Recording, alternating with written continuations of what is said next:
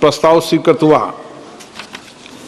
माननीय सदस्यगण, जिन्हें आज नियम 377 के अधीन मामले उठाने की अनुमति प्रदान की गई, वे व्यक्तिगत रूप से अपने अनुमोदित पाठ को सदन पटल पर रख सकते हैं। आइटम नंबर 14, लोक परीक्षा अनुचित साधन निवारण संशोधन विधेयक 2026। माननीय मंत्री जी कुछ रखना चाहते हैं? 1 मिनट में बोल लूँ, 1 मिनट। माननीय मंत्री जी 1 मिनट। माननीय सदस्यगण, आज का दिन हम सब के लिए महत्वपूर्ण है, जब सत्ता पक्ष और प्रतिपक्ष दोनों इस विधेयक की चर्चा के लिए सहमत हुए।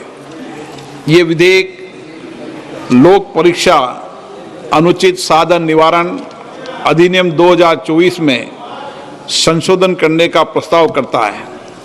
इसका उद्देश्य लोक परीक्षाओं की निष्पक्षता, पारदर्शिता तथा विश्वसनीयता की ओर अधिक सुदृढ़ बनाना है तथा प्रश्न पत्र लीक, संगठित परीक्षा अपराधों एवं अनुचित साधनों पर प्रभावी अंकुश लगाने के लिए विधि व्यवस्था को और सशक्त बनाना है।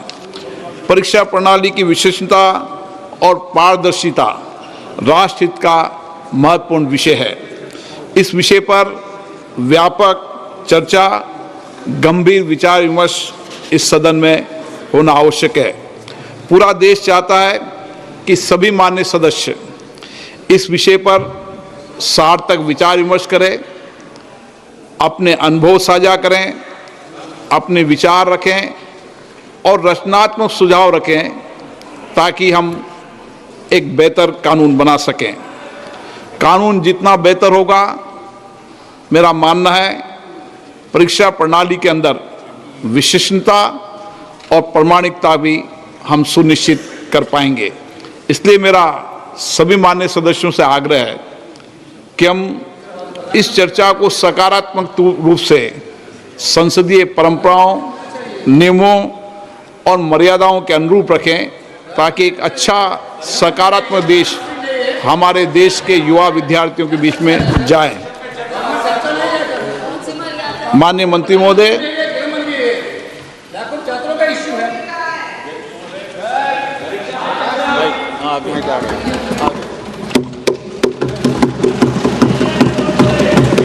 अध्यक्ष महोदय, मैं प्रस्ताव करता हूं कि लोक परीक्षा अनुचित साधन निवारण संशोधक विधेयक 2026 पर विचार किया जाए। आप बोलो। Speaker sir, this bill which was introduced yesterday is in fact an amendment to the earlier bill, Public Examinations Prevention of Unfair Means Act 2024, which was also brought by this government, and not only brought, it was perhaps the first of its kind in the history of independent India.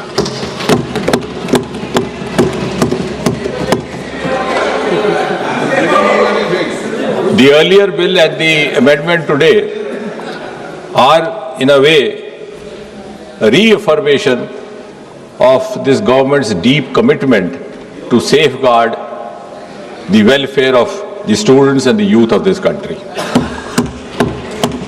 And at the same time, it is also a reiteration of Prime Minister Modi ji's resolve not to allow anyone to compromise with the future of the children of Mother India. And therefore, this bill can be described in a way as a milestone legislation in the history of Indian Parliament. अब ये जो examination को लेकर के तरह तरह की वारदातें होती रही या पेपर लीक भी होता रहा, ये केवल किसी एक प्रदेश या एक प्रांत तक सीमित नहीं रहा। ऐसा पहले भी होता था।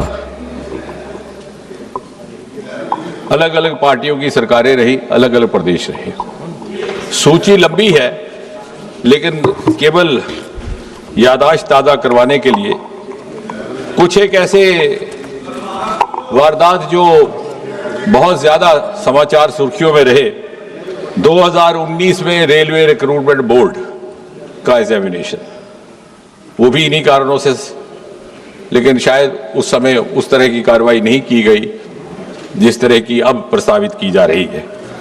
2011 में all India engineering entrance examination 2009 में हो गया। 2012 में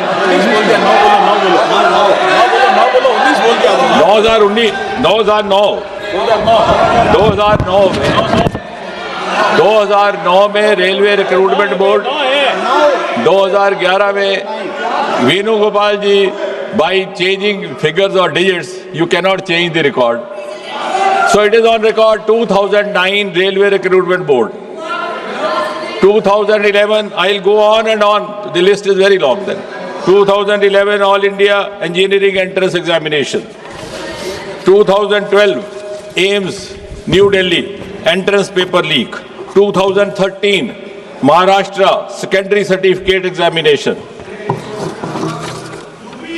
So if I go on and on, then I will not be able to talk about the bill as such, but the list is long. Okay, 2010, okay, if that satisfies, if that satisfies you, you are welcome. You are welcome. You are welcome. 2010 B.Ed entrance examination, Uttar Pradesh. 2012 Tamil Nadu Public Service Commission. I can go on till you are satiated. 2009 West Bengal joint entrance exam. So therefore, it was realized by this government that we need to have an exclusive legislation. उसी पर आ रहे हैं, I am following a chronology. Unfortunately the chronology starts from the earlier times. और इसलिए ये सोचा गया कि ओवरऑल पब्लिक एग्जामिनेशंस को लेकर के एक व्यापक सामूहिक व्यवस्था विधेयक लाया जाए।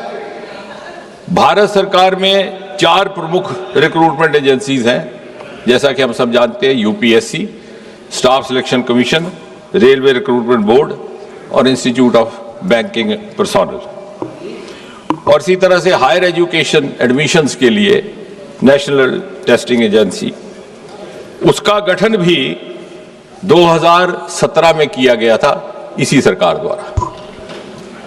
अब आप कह रहे हैं कि डेट्स क्यों बता रहा है, वो इसलिए कि 2092 में 1992 first time there was a recommendation made to the government of India, then headed by the Congress party, that there should be a common testing national agency. It was 1992. Then in 2010, during UPA rule, there was again a committee which suggested, I don't know why this was not given due consideration, for whatever reasons and for whatever interests. So I think you must compliment Prime Minister Modi and this government. It has finished an unfinished task which you should have accomplished.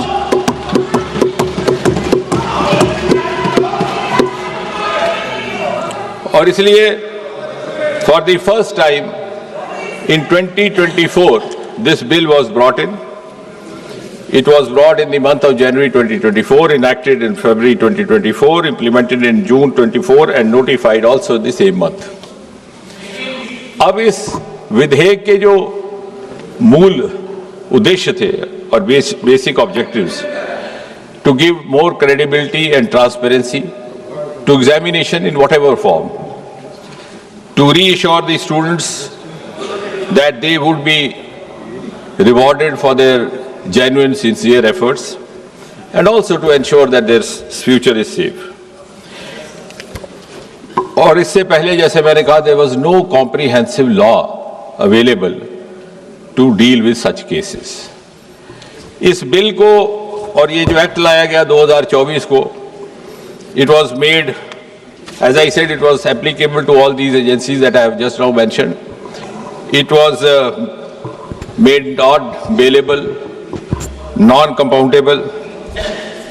Such offences were made absolutely cognizable and also liable to invite stringent punishment. अब उस bell की detail में मैं नहीं जाऊंगा क्योंकि अभी उत्तर देने के समय भी रहेगा, लेकिन आप इस बात से तो सहमत होंगे कि हालिया जो घटनाक्रम रहा है उसका संज्ञान लेते हुए प्रधानमंत्री स्वयं ने ये निर्णय लिया कि हमें इसी विधेयक को थोड़ा और मजबूत करने की आवश्यकता. So we learn from the experience of the 2024 Act and the subsequent sequence of events, like any responsible government should do.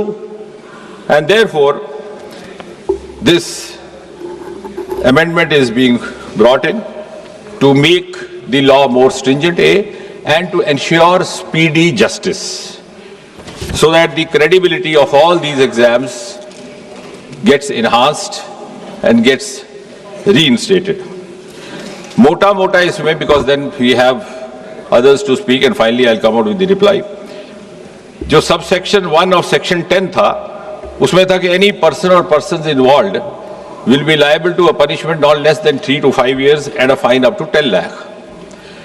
आज ये जो amendment लाया जा रहा है, इसके तहत the same duration of imprisonment has been made not less than 5 to 10 years and fine up to 50 lakh. The section 2 of subsection 2 of section 10, इसमें था कि service provider. Now who is service provider? Service provider also we have tried to cover a wide range so that nobody goes scot-free. I'll just read out the definition of service provider which has been provided in this amendment. Service provider means any agency, any organization, any body, any association of persons